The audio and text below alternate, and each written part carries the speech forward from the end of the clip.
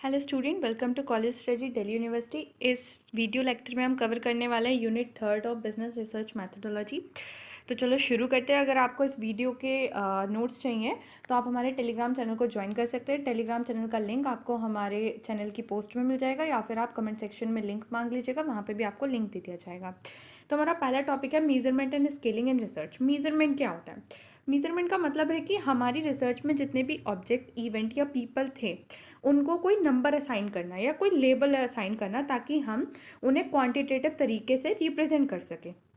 वहीं स्केलिंग का मतलब होता है कि एक पूरी रेंज डिसाइड कर देना जिसके बीच में वो जो ऑब्जेक्ट और इंडिविजुअल है वो कहीं ना कहीं लाई कर जाएगा अपनी इंटेंसिटी के हिसाब से। अब देखो, इसका एग्जांपल है कि मान लो कस्टमर को पूछा गया कि आप कितने सेटिस्फाई हो और उसको एक पूरी स्केल प्रोवाइड कर दी गई 1 से लेकर 5 तक।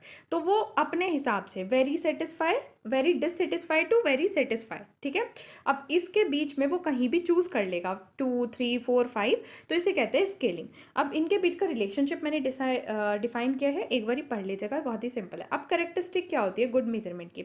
एक अच्छा मेजरमेंट वैलिडिटी प्रोवाइड करता है, मतलब कि क्या मेजर करना है वो ढंग से उस चीज़ को मेजर करता है। रिलायबिलिटी मतलब जो भी रिजल्ट होता है ना वो ओवर द टाइम भी सेम रहता है, आज भी वही रहेगा, कल परसों भी रहेगा। और ये ऑब्जेक्टिव होता है, मतलब पर्सनल बाइसनेस इसमें बिल्कुल नहीं होती, बिल्कुल अपने इमोशंस को साइड रख के हम ये करते हैं।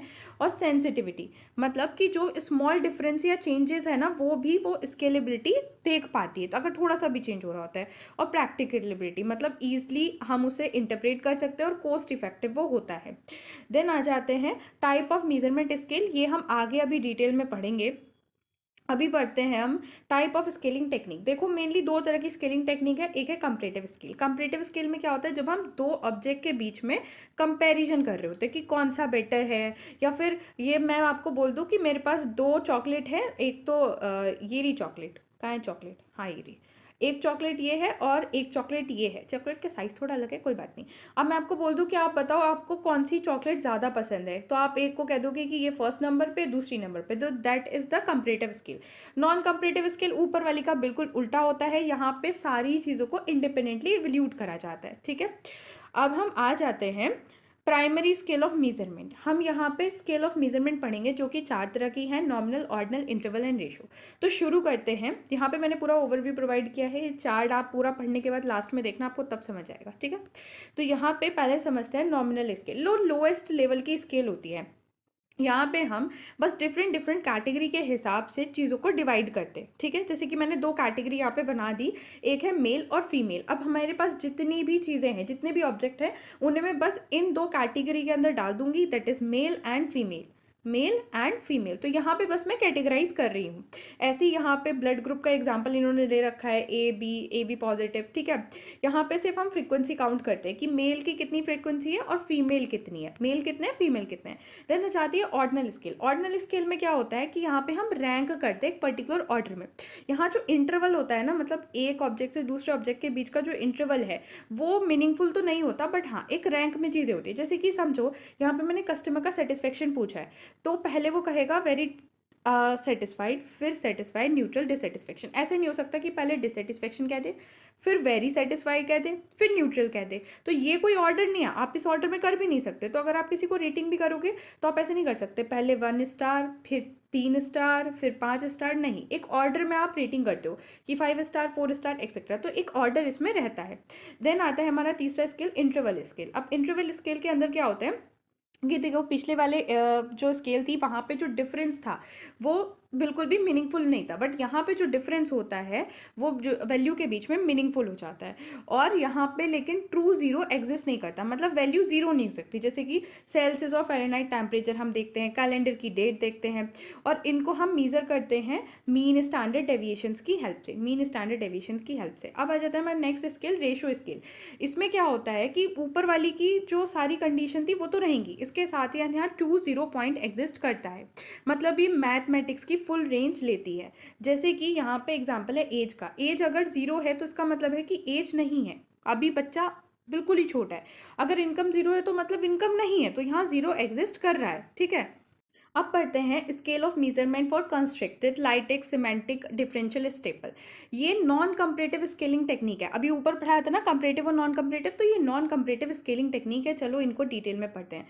लाइकरेट स्केल, लाइकरेट स्केल के अंदर क्या होता है कि यहाँ पे साइकोमेट्रिक स्केल यूज़ की जाती है लेबर ऑफ अरेंजमेंट या डिसअरेंजमेंट दिखाने के लिए। जैसे कि टिपिकली ये स्केल जो होती है ना वो 5 से 7 पॉइंट की होती है और इसकी रेंज जो है वो स्ट्रांगली एग्री से स्ट्रांगली डिसएग्री के बीच में जाती है। इसका एग्जांपल समझो, जैसे कि मैंने कस्टमर को बोला कि आप ना मेरे को ये बताओ कि आप कितने सेटिस्फाई हो मेरी सर्विस से, और ये आपको 5 मैंने मतलब ये स्केल बना दी, इसमें 5 पॉइंट होते हैं। ठीक है, 1 2 3 4 5, 5 पॉइंट। क्या? Strongly agree, agree, neutral, disagree और स्ट्रांगली डिसएग्री। अब इसके बीच में से वो कोई भी एक पॉइंट चुन सकता है और उससे हमें पता चल जाएगा कि कस्टमर का कैसा फीडबैक है। इसकी एडवांटेज और डिसएडवांटेज दे रखे, रोक के पढ़ लेना। देन आ जाते हैं सिमेंटिक डिफरेंशियल स्केल। यहाँ पे क्या होता है कि रेस्पोंडेंट को पूछा जाता है कि वो किसी भी कॉन्सेप्ट को रेट करे, और यहाँ पे बाइपोलर एडजमेंट होता है, मतलब कि एक तरफ तो होगा बहुत ही बुरा, ठीक है, और एक तरफ होगा बिल्कुल अच्छा, मतलब उल्टा। ठीक है, जैसे कि यहाँ पे एग्जांपल देखो, ये स्केल है और सबसे इंपॉर्टेंट ये 7 पॉइंट की स्केल होती है। ऊपर वाली 5 से 7 की होती है, ये 7 की होती है। इसमें क्या होता है कि जैसे ये स्केल है तो यहाँ पे एक तरफ लिखा है पोलाइट, एक तरफ लिखा है रूट, मतलब अपोजिट बिल्कुल, और यहाँ पे 7 आपको पॉइंट प्रोवाइड किए हैं। आपको यहाँ पे अपना एक्सपीरियंस जो है वो बताना है। यहाँ पे भी इसके एडवांटेज डिसएडवांटेज लिखे हैं, रोक के एक बार ही पढ़ लेना। स्टेबल स्केल क्या करता है कि यहाँ पे यूनिपोलर स्केल ही होती है, मतलब 2 पोल नहीं होते, एक ही पोल होता है बीच में, और उसके यहाँ पे इधर +5 तक चीज़ें जाती हैं, उधर -5 तक चीज़ें जाती हैं, और इधर +5 तक चीज़ें जाती है। जैसे कि यहाँ पे मैंने पूछा कि मेरे स्टोर की क्लीननेस को रेट करो, तो एक ही पोलार है क्लीननेस, मतलब 0 पे, और +5 तक चीज़ें चली गई, -5 तक चीज़ें चली गई। ये होती है ये वाली स्केल। इसकी भी मैंने फीचर्स और एडवांटेज डिसएडवांटेज दिखा रखा है। इसके बाद कंपैरिजन टेबल है, आप देख सकते हैं। देन आ जाता है reliability and validity in research.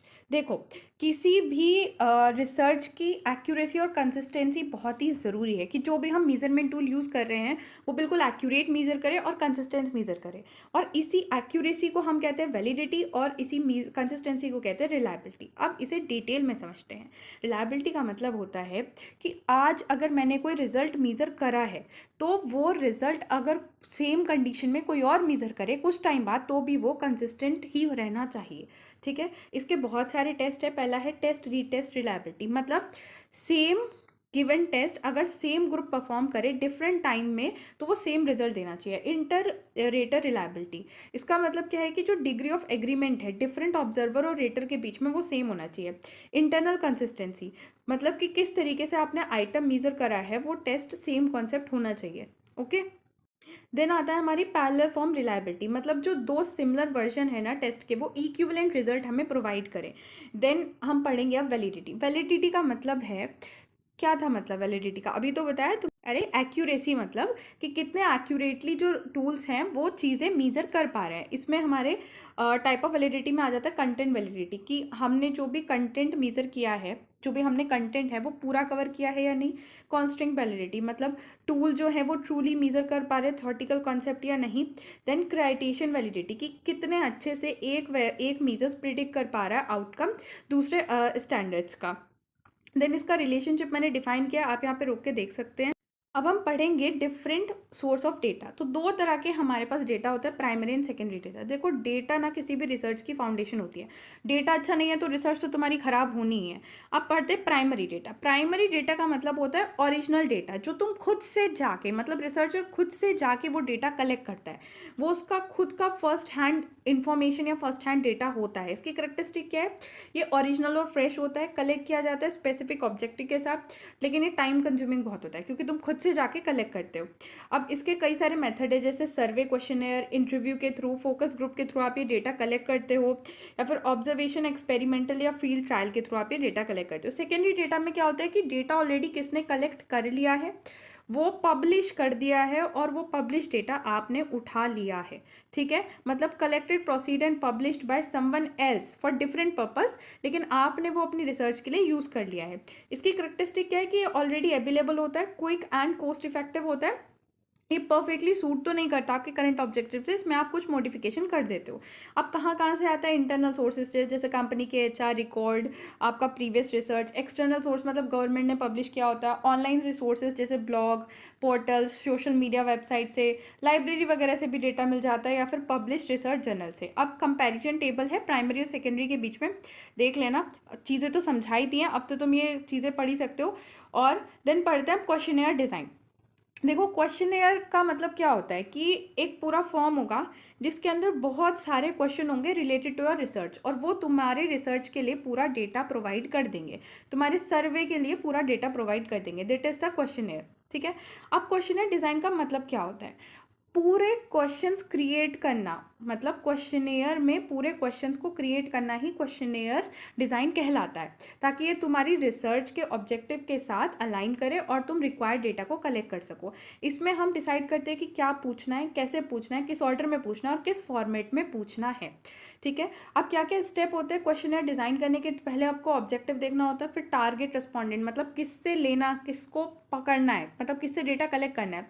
फिर डेटा कलेक्ट करा जाता है, डेटा कलेक्शन मोड चूज़ किया जाता है कि कैसे कलेक्ट करना है। फिर क्वेश्चन बनाए जाते हैं, ओपन एंडेड, क्लोज एंडेड, जैसे भी क्वेश्चन लो। फिर उन्हें ऑर्गेनाइज किया जाता है एक लॉजिकल फ्लो में, कि पहले स्टार्ट करो इजी क्वेश्चन से, then specific, then final sentimental, ऐसे रखा जाता है। और फिर उसके बाद एक बार क्वेश्चनेयर बन भी जाता है ना, तो उसे प्री टेस्ट किया जाता है, जैसे 20 to 30 स्टूडेंट्स में उसे टेस्ट किया जाता है कि ठीक है भी या नहीं, और फिर फाइनली डिस्ट्रीब्यूट किया जाता है। यहाँ पे टाइप ऑफ क्वेश्चन जो हम यूज़ करते हैं उसका मैंने एग्जाम्पल के साथ डिस्क्रिप्शन लगाया है, आप लोग के देख सकते हैं। एक गुड क्वेश्चनेयर की करेक्टरिस्टिक क्या होती है कि क्वेश्चन बिल्कुल क्लियर होता है ताकि आप इजिली समझ सको। कोई ऐसे जार्गन वर्ड्स, मतलब ऐसे वर्ड्स जो बिल्कुल समझना है, ऐसे कोई वर्ड्स नहीं होते। रिलीवेंस रहता है, मतलब जो क्वेश्चन है वो क्लियर रिसर्च पर्पस के लिए होते हैं, और वो रिसर्च के लिए हेल्पफुल भी होते हैं, और उसमें मतलब रिसर्च में हेल्प भी करते हैं। ब्रेविटी मतलब शॉर्ट और कंसाइज क्वेश्चन होते हैं, बिल्कुल लंबी चौड़ी राम कथा नहीं होती, क्योंकि कोई इंटरेस्टेड ही नहीं होगा फिर तुम्हारा आंसर करने में। एक लॉजिकल ऑर्डर में अरेंज हो रखे होते हैं, मतलब स्पेसिफिक टॉपिक से रिलेटेड जनरल क्वेश्चन। फिर पहले शुरू करते हैं जैसे स्पेसिफिक टॉपिक से, एक टॉपिक से शुरू किया और फिर आ गए हम जनरल क्वेश्चन पे, मतलब एक ऑर्डर में पूरा ये होगा। ठीक है। और नॉन बाइस्ड मतलब कोई भी ऐसा क्वेश्चन नहीं होता है जो बिल्कुल बाइस्ड हो, तुमने ऐसे अपने इमोशंस को यूज़ करके डाला हो। और यहाँ बैलेंस्ड ऑप्शन होते हैं, न्यूट्रल से लेके बिल्कुल एक्सट्रीम चॉइस तक, और एथिक्स का ध्यान रखा जाता है कि एथिकल प्रैक्टिस है या नहीं, आप किसी की चीज़ें हैम्पर तो नहीं कर रहे। देन यहाँ पे मैंने ऑनलाइन टूल्स जो होते हैं क्वेश्चनर डिज़ाइन के वो लगाए हैं, जैसे कि गूगल फॉर्म हो गया, सर्वे मंकी, टाइप फॉर्म, क्वालिटेटिव, ये सारे टूल्स होते हैं और इनके एडवांटेज के यहाँ भी मैंने अटैच कर दिया।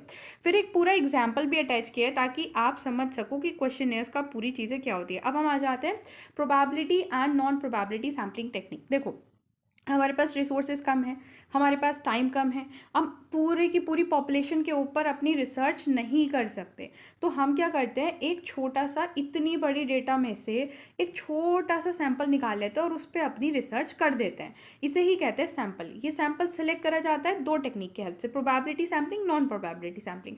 अब इसे बढ़ते हैं। प्रोबेबिलिटी सैम्पलिंग का मतलब होता है कि कोई इंसान के सेलेक्ट होने की चांसेस हमें पहले से पता होती है, मतलब कितनी प्रोबेबिलिटी है। जैसे कि मैंने 100 स्टूडेंट है, उसमें से मुझे 10 सेलेक्ट करना है, तो कितनी प्रोबेबिलिटी हुई, कितनी हुई, 10% प्रोबेबिलिटी हो गई। तो यहाँ हमें पहले से पता होता है कि किसी के चांसेस कितने हैं। अब इसके बिना टाइप हैं प्रोबेबिलिटी के। पहला है सिंपल रैंडम सैम्पलिंग। यहाँ पे क्या होता है कि सबके सेलेक्ट होने की ना इक्वल चांसेस रहते हैं कि कोई भी सेलेक्ट होता है। सिस्टमैटिक सैम्पलिंग में क्या होता है कि हम फिक्स्ड इंटरवल के बाद एक बंदा सेलेक्ट करते हैं। जैसे कि मैंने बहुत सारे स्टूडेंट में से मैंने कहा कि लाइन में सब खड़े हो जाओ, और फिर मैंने कहा कि हर 10वें बंदे को मैंने सेलेक्ट कर लिया, तो सिस्टमैटिकली फिक्स्ड इंटरवल के बाद मैंने लोगों को सेलेक्ट लिया। फिर स्ट्रैटिफाइड सैम्पलिंग, यहाँ क्या होता है कि हम सब ग्रुप क्रिएट कर देते हैं करेक्टरिस्टिक के बेसिस पे, जैसे जेंडर या एज के बेसिस पे, और वहाँ से फिर रेंडमली सैम्पल्स को ले लेते हैं। ठीक है। जैसे रेंडमली मैंने 50 मेल और 50 फीमेल जो है वो हेल्दी सर्वे के लिए सेलेक्ट कर ली। क्लस्टर सैम्पलिंग में क्या होता है कि पॉपुलेशन को क्लस्टर्स में डिवाइड कर दिया जाता है और फ्यू क्लस्टर्स को फिर सेलेक्ट कर लिया जाता है। जैसे कि रेंडमली मैंने 5 स्कूल चूज़ कर लिए, 100 स्कूल्स में थे, और वहाँ पे हम स्टूडेंट्स का अब सर्वे करेंगे। अब इसके एडवांटेज क्या है ये मैंने दे रखी है, पढ़ लेना। फिर आ जाता है नॉन प्रोबेबिलिटी सैम्पलिंग टेक्निक। यहाँ पे ना पहले से पता नहीं होता कि किसी के सेलेक्ट होने की चांसेस कितने, नहीं पता होता भाई। यहाँ पे अब क्या क्या आ जाता है नॉन प्रोबेबिलिटी सैम्पलिंग में, पहले आता है आता है कन्वीनियंस सैम्पलिंग। मतलब जितने ईजिली हमें पार्टिसिपेंट मिल गए बस उसे ले लिया। मान लो मैं सेलेक्ट कर रही हूँ कि 12th वाले स्टूडेंट्स का पेपर कैसा आया था फिजिक्स का, तो अब मैं 12th वाले स्टूडेंट को कैसे करूँगी, जो भी मेरे घर के पास रह रहे हैं उन्हें उठा लिया मैंने और उनसे पूछ लिया कि भाई तुम्हारा फिजिक्स का क्वेश्चन पेपर कैसा आया था। तो कन्वीनियंस के हिसाब से देख लिया जाता है। फिर जजमेंट पर्पस, मतलब मैं अपनी मर्जी से देख लूँ कि भाई कौन सा बंदा मुझे अच्छा लग रहा है अपने सैंपल के लिए और मैंने ले लिया, तो इसमें कोई प्रोबेबिलिटी थोड़ी हुई।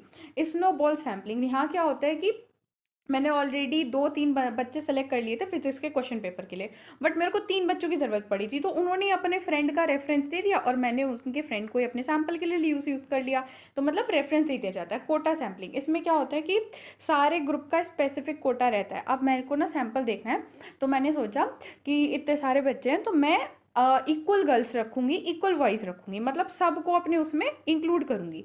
ठीक है, तो मैंने 2 लड़कियाँ सेलेक्ट करनी है, 2 लड़के सेलेक्ट करने हैं, बट इसमें सबकी इक्वल चांस नहीं है। बस रैंडमली कोई भी 2 लड़कियाँ मैंने उठा ली, 2 लड़के उठा ले, ताकि जेंडर इक्वालिटी मेरे सैंपल में रहे। इसकी एडवांटेज डिसएडवांटेज क्या है वो मैंने यहाँ एक्सप्लेन कर दिया, कंपैरिजन टेबल एक्सप्लेन कर दिया, और इसी के साथ आपका ये यूनिट भी खत्म होता है। Thanks for watching. वीडियो को लाइक करो, चैनल को सब्सक्राइब करो।